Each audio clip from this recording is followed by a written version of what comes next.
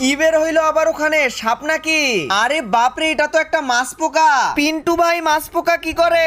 পাগল ছেলে, এই পোকা তো রান্না করে খাওয়া যায়। সত্যি কি তাই? তাহলে আর মাছ ধরবো না, আজকে শুধু পোকাই ধরবো। ওইদিকে দেখো।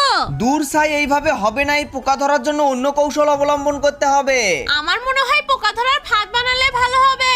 ঠিক বলেছো তুমি। চলো তাহলে আজকে বাঁশ কেটে সুন্দর করে ফাঁদ বানিয়ে ফেলি। এই ফাঁদে কি পোকা আসবে? অবশ্যই পোকাকে আসতেই হবে। চলো তাড়াতাড়ি ফাঁদগুলোকে জমিতে নিয়ে যাই। সবাই ভাগ ভাগ করে নাও, পানির ভিতরে বাঁশের ফাঁদগুলো বসিয়ে দিতে হবে। আমি খাবার ঢুকিয়ে দিচ্ছি, তোমরা এক এক করে নিয়ে যাও। মোটামুটি সবগুলো ফাঁদই তো বসানো হয়ে গেল। এখন একটু পরে এসে চেক করে দেখবো। দেখি তো আমার এই ফাঁদে এখন পোকা ধরা পড়লো কিনা। আরে ওয়াও, এখানে পোকার সাথে সাথে তো মাছও উঠেছে। তুমি শুধু দেখতে থাকো, আজকে পোকা, কাঁকড়া, মাছ সবকিছুই ধরে ফেলবো আমরা।